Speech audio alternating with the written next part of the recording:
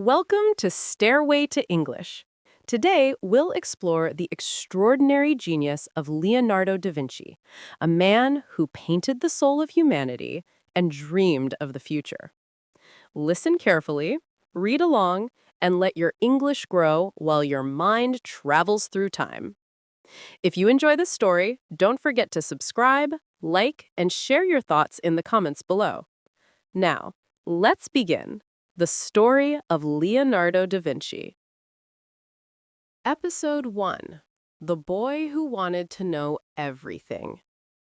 Leonardo da Vinci was born on April 15, 1452, in a small village called Vinci in Italy. From the very beginning of his life, Leonardo was different. While other children were happy playing simple games, Leonardo was curious about how everything worked. He watched animals move, studied how water flowed, and even tried to understand how birds flew in the sky. His eyes were always full of questions. He wanted to know the reason behind everything he saw. As a child, Leonardo did not go to a big school. He learned from the world around him. The fields, the sky, and the forests were his teachers. He would draw everything he saw: flowers, insects, animals, even the shadows of clouds on the hills. He could spend hours watching the movement of ants or the light of the moon. His father noticed that Leonardo's drawings were amazing for a boy his age. He decided to take Leonardo's drawings to Florence, one of the most important art cities of Italy. When Leonardo was a teenager, he became an apprentice to a famous artist named Andrea del Verrocchio. Verrocchio was a painter, a sculptor, and an engineer. Working with him was the best school for Leonardo. He learned how to mix colors, how to prepare brushes, and how to create perspective in paintings. But Leonardo didn't just learn. He improved everything he touched. His master noticed that Leonardo's part in their paintings was more beautiful and alive than his own. There is a famous story about a painting called The Baptism of Christ. Verrocchio painted most of it, but Leonardo painted one of the angels. When Verrocchio saw how soft and real Leonardo's angel looked, he said he would never paint again because his student had surpassed him. Whether this story is true or not, it shows how talented Leonardo was, even at a very young age. But Leonardo's mind was not satisfied with painting alone. He started to ask new questions. How does the body work? How can machines move like living creatures? How do light and shadow change what we see? He studied mathematics, music, anatomy, and nature. He believed that all knowledge was connected. To him, painting was not only about beauty, it was about understanding life itself. Leonardo was left-handed, and he wrote in a special way called mirror writing. That means he wrote from right to left, and you could only read it with a mirror. Some say he did this to keep his ideas secret, but others think it was simply more comfortable for him. Whatever the reason, his notebooks became full of wonderful sketches, questions, and discoveries. He wrote about water, clouds, machines, and even dreams. He imagined things that did not exist yet, like helicopters, bicycles, and robots. Even though Leonardo had so many talents, he often felt different from others. He was born as an illegitimate child. His parents were not married. In those times, that was considered shameful.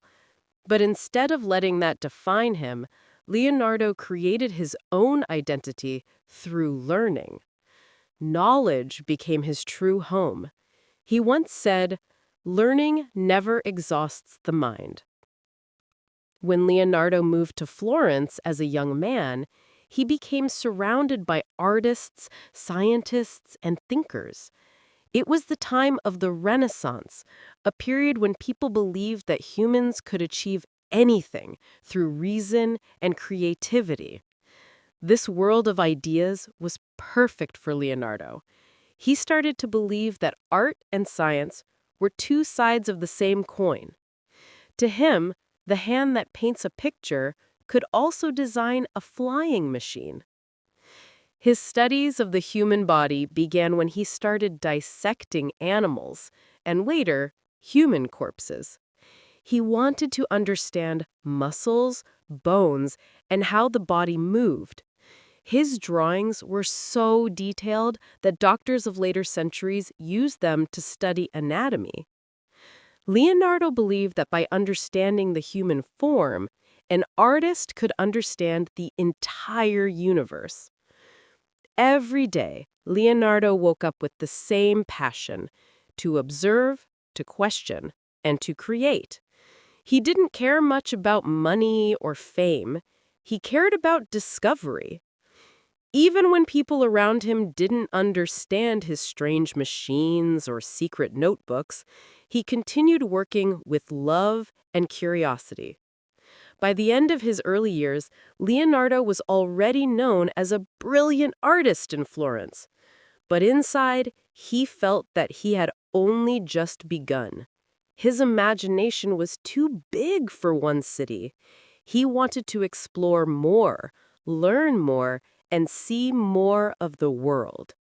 He did not yet know that his name, Leonardo da Vinci, would one day become a symbol of genius across the entire world. Episode 2: The Inventor of Impossible Dreams. After many successful years in Florence, Leonardo da Vinci decided to move to Milan. It was around the year 1482, and Milan was a city full of opportunities. Leonardo wrote a famous letter to the Duke of Milan, Ludovico Sforza. In this letter, he did not talk about painting or art first. He talked about machines. He offered to build bridges, weapons, war machines, and even new types of vehicles. He said he could make things that no one had ever imagined. At the end of the letter, almost as an afterthought, he mentioned that he could also paint and sculpt. The Duke of Milan was impressed. He invited Leonardo to work at his court. There, Leonardo became not only an artist, but also an engineer, architect, and entertainer. He designed weapons, planned festivals, built stage decorations, and created incredible ideas for the future. Leonardo's imagination was endless. He drew designs for tanks, helicopters, submarines, and even flying machines that looked like birds or bats. Leonardo loved to watch birds. He studied how their wings moved and how the air flowed around them. He believed that one day humans could fly too. He wrote in his notebook, quote, "Once you have tasted flight, you will forever walk the earth with your eyes turned skyward." For him, flying represented freedom, the ultimate dream of humankind. He designed gliders with wings made of silk and wood. He even imagined parachutes long before they were ever built. But Leonardo's mind was far ahead of his time. The materials and technology of the 15th century could not make his inventions real. Most of his machines stayed as drawings in his notebooks. Yet these sketches inspired scientists hundreds of years later. Many of his designs are now seen as the ancestors of modern airplanes, bicycles, and tanks. While working in Milan, Leonardo also created some of his most famous artworks. One of them was The Last Supper, a painting that shows the moment when Jesus tells his disciples that one of them will betray him. Instead of painting stiff and silent figures, Leonardo filled the scene with movement and emotion. Each disciple reacts differently. Shock, sadness, disbelief. The painting feels alive. It is one of the greatest works of art in history. But Last Supper had problems. Leonardo experimented with a new painting technique that didn't last well over time. Soon after it was finished, the colors began to fade. Yet even today, people travel from all over the world to see it. The power of the composition and the emotion in the faces still touch the hearts of those who look at it. Leonardo was not only a painter or an inventor, he was a man who wanted to understand everything. He studied how water moved, how light reflected on surfaces, and how the human body worked. He made notes about the moon, plants, and even the flight of insects. He was not afraid to mix science with art because he believed they were deeply connected. He once said, "Art is the queen of all sciences, communicating knowledge to all the generations of the world." In Milan, Leonardo also became famous for his designs for great statues and buildings. The Duke asked him to build a huge bronze statue of a horse to honor his father. Leonardo worked on this project for years, studying horses carefully and creating a massive clay model. People said it was the most beautiful horse sculpture ever seen. But before it could be made in bronze, war came to Milan.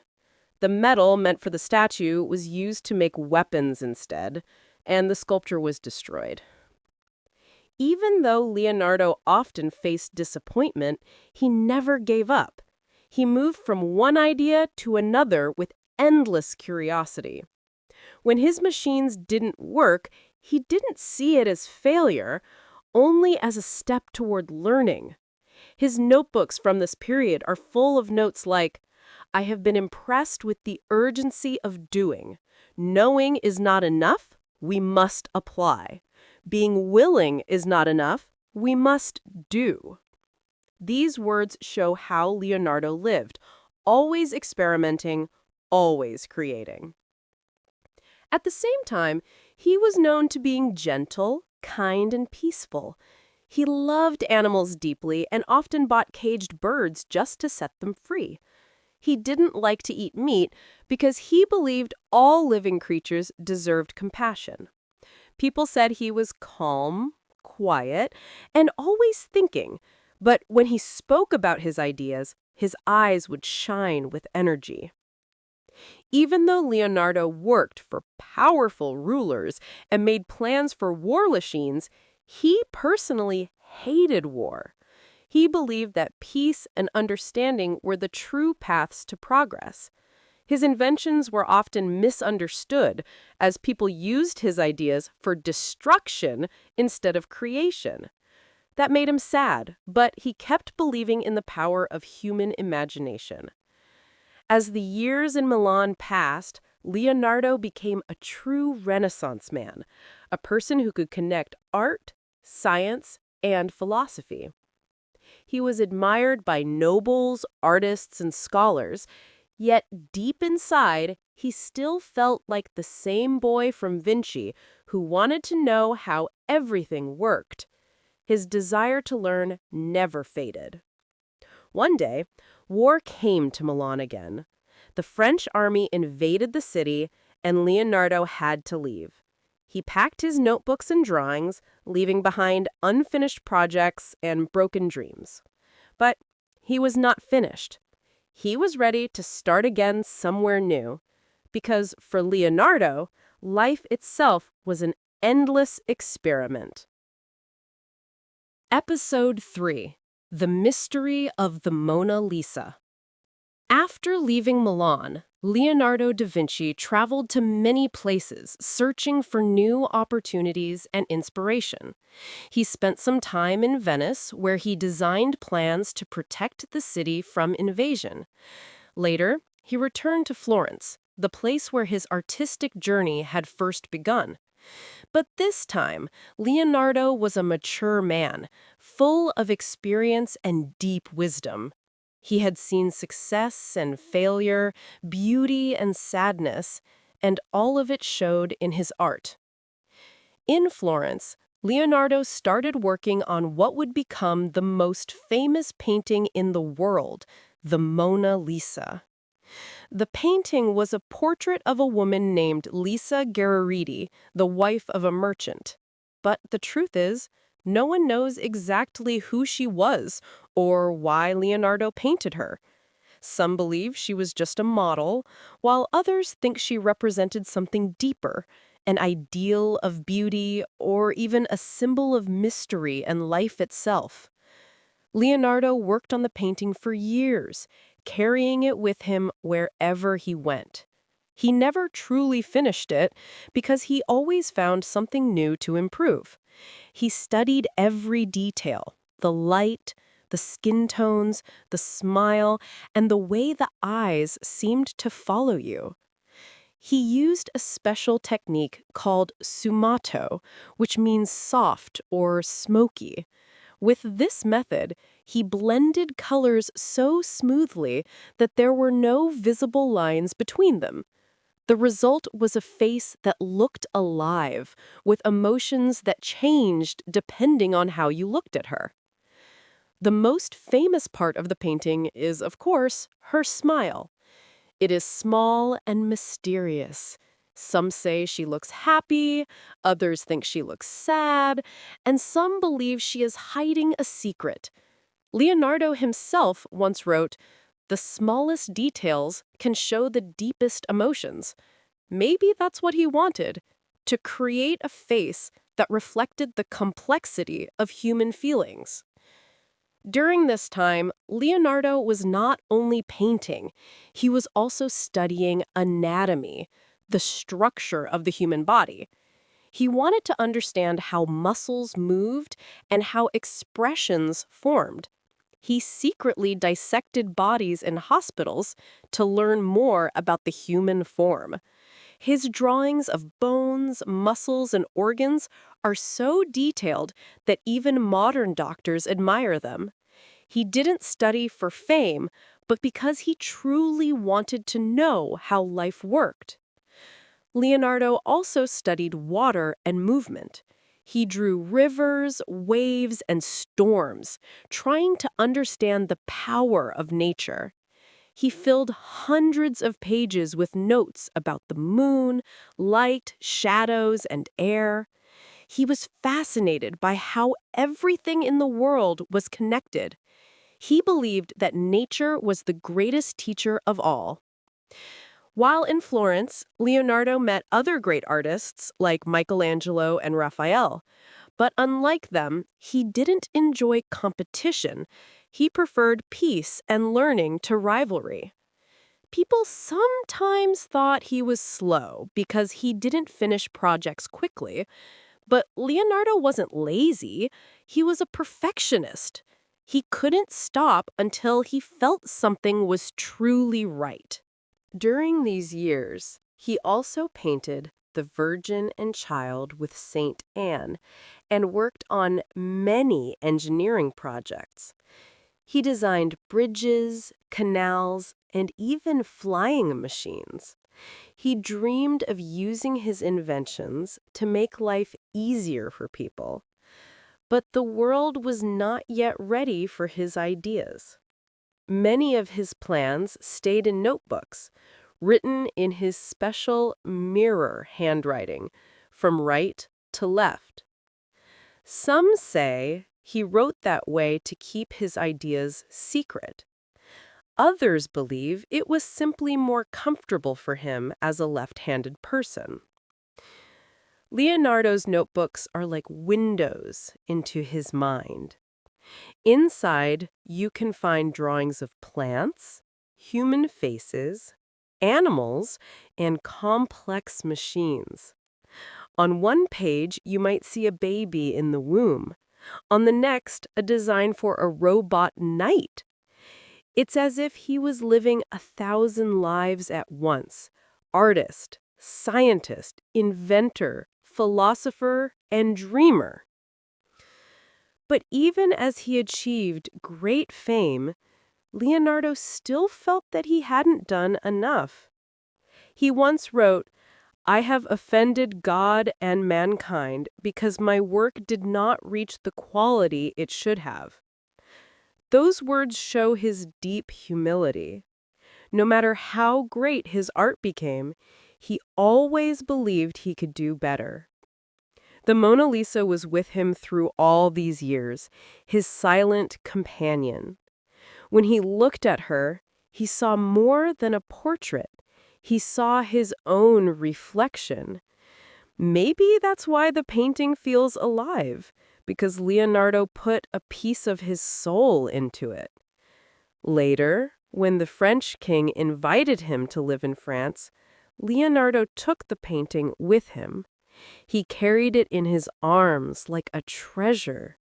To him, the Mona Lisa was not just art, it was a lifetime of thought, passion, and discovery. It represented his belief that beauty and mystery can exist together, just like science and art. When Leonardo showed the painting to people in France, they were amazed. The soft colors, the gentle eyes, and that impossible smile captured everyone's imagination. It was unlike anything they had seen before. Even now, more than 500 years later, people still travel from all around the world to see the Mona Lisa at the Louvre Museum in Paris. They stand in front of her for hours, trying to understand her smile, just like Leonardo did centuries ago. But what made Leonardo truly remarkable wasn't just his paintings. It was his endless curiosity. He looked at the world with wonder, always asking, why and how? He didn't just want to see beauty, he wanted to understand it. That mindset, the hunger to learn and discover, is what made him a true genius. Leonardo once said, "Learning never exhausts the mind," and he proved it through his entire life. Episode 4: The Last Years of Leonardo da Vinci. As Leonardo da Vinci grew older, his curiosity did not fade. He was no longer the young man who ran through the streets of Florence with paint-stained hands, but his mind was still full of dreams and questions. Around the year 1516, his life took a new turn. The King of France, Francis I, admired Leonardo deeply and invited him to live and work in France. The king offered him a beautiful home near the royal palace called Clos Lucé in the town of Amboise. He also gave him a generous income so that Leonardo could spend his time freely, doing what he loved most: thinking, creating, and exploring. Leonardo accepted the invitation with gratitude. He was in his 60s, and his health was slowly declining. Still, his passion for knowledge remained strong.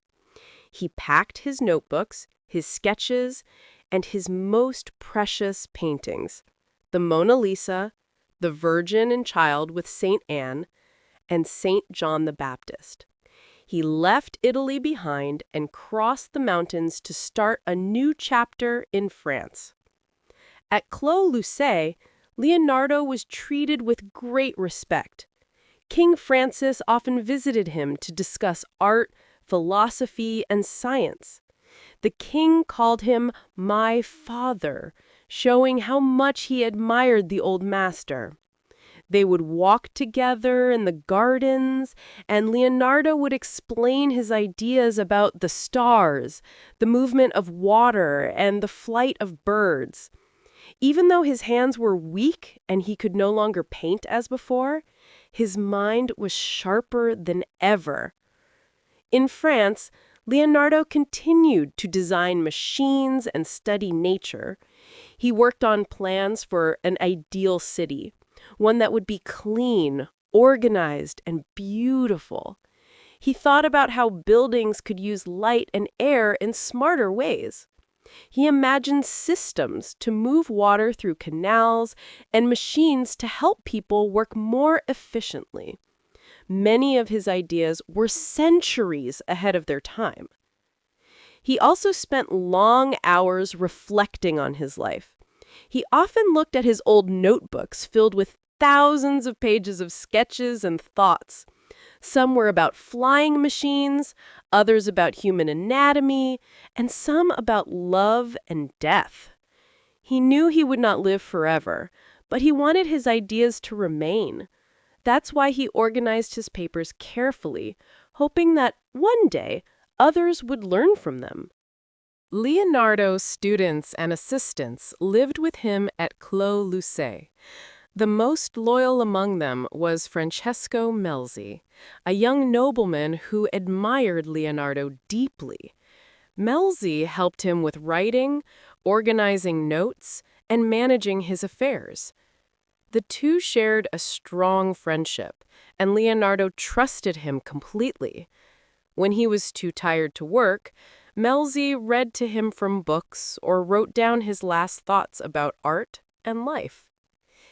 Even in his final years, Leonardo continued to think like both an artist and a scientist. He believed that creativity and knowledge were not separate. They were two sides of the same coin.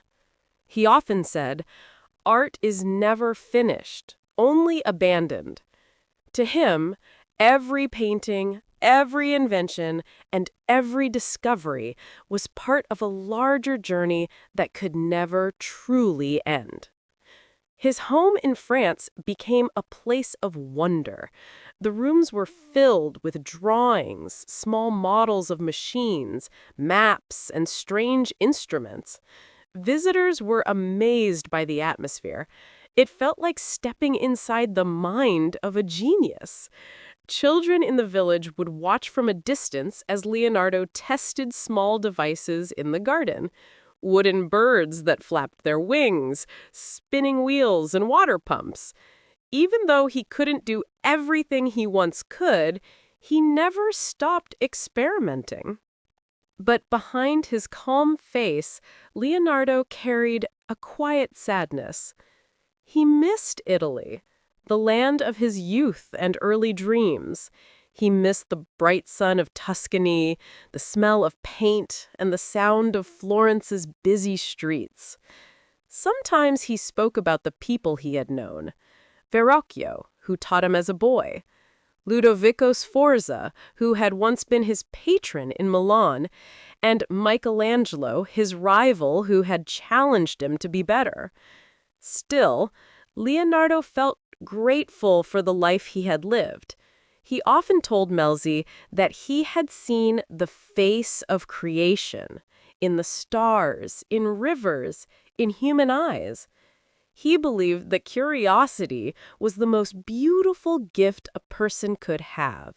He said, "As a well-spent day brings happy sleep, so a life well used brings happy death." In his last letters, Leonardo expressed both regret and peace. He regretted that many of his inventions were never built, and that so many of his ideas remained in notebooks. Yet he also found comfort in knowing that he had spent his life searching for truth. To him, the search itself was more important than the result. When he could no longer hold a brush, he looked at the Mona Lisa resting in his studio. The painting had traveled with him through wars, failures, and triumphs.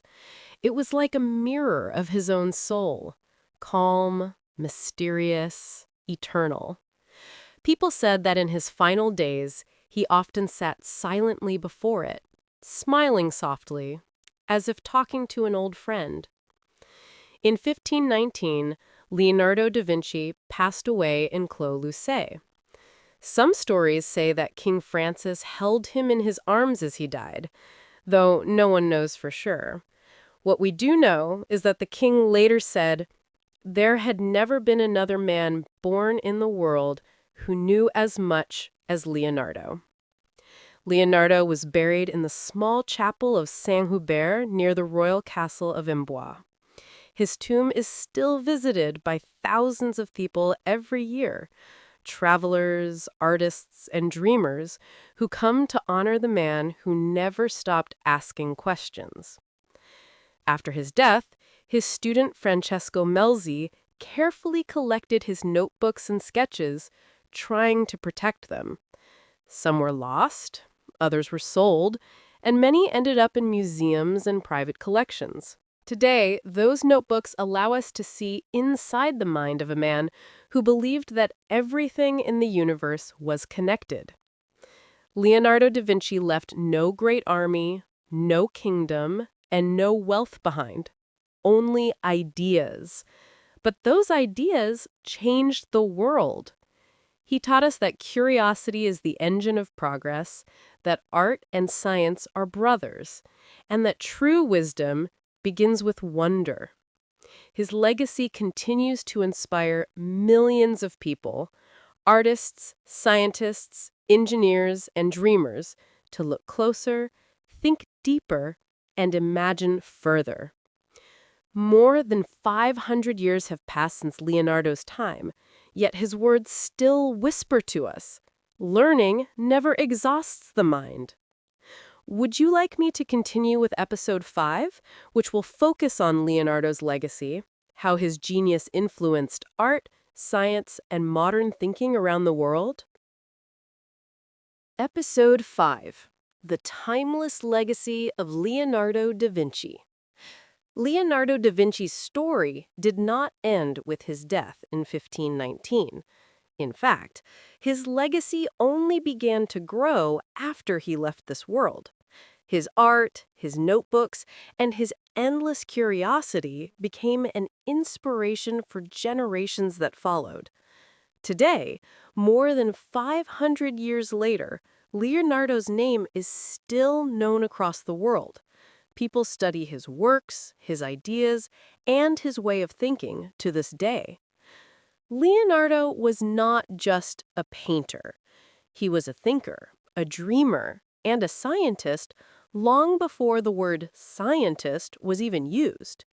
He believed that art and science were not separate things. They were two sides of the same coin. He drew human muscles to understand how the body worked, and he painted faces to show emotions and truth. He wrote thousands of notes and sketches trying to discover the secrets of life and nature. Even though many of his inventions were never built during his lifetime, they became real hundreds of years later. Helicopters, submarines, and parachutes all appeared first in Leonardo's notebooks. His imagination went far beyond his time. He saw the future before anyone else could. In his final years, Leonardo lived in France under the protection of King Francis I. The king admired him deeply and called him the greatest artist in the world. Leonardo continued to draw and write until the end of his life. He never stopped learning. That was his greatest secret. He always believed that knowledge was endless. After his death, his notebooks were kept safe by his students and admirers. Today, they are among the most valuable historical treasures on Earth. They show not only his genius, but also his humanity. His handwriting, his mistakes, his corrections, all tell the story of a man who never stopped asking questions. Leonardo da Vinci taught the world that curiosity is the heart of greatness. He showed that to be truly alive, one must always seek, question, and imagine. His art taught beauty, his science taught truth, and his spirit taught courage. When people look at the Mona Lisa today, They see more than just a painting. They see the mystery of life, the power of thought, and the depth of the human soul. The smile on her face is a symbol of Leonardo himself, mysterious, brilliant, and timeless. In every field, art, architecture, anatomy, and invention, Leonardo left a mark that will never fade. His notebooks still inspire engineers, his drawings still amaze artists, and his thoughts still move philosophers. He connected imagination with knowledge, and that connection continues to guide the modern world. Leonardo once wrote, "Learning never exhausts the mind." This simple sentence explains his entire life. He never allowed himself to stop growing. Every day was a chance to explore something new. His life reminds us that genius is not about being born special. It is about having the courage to stay curious.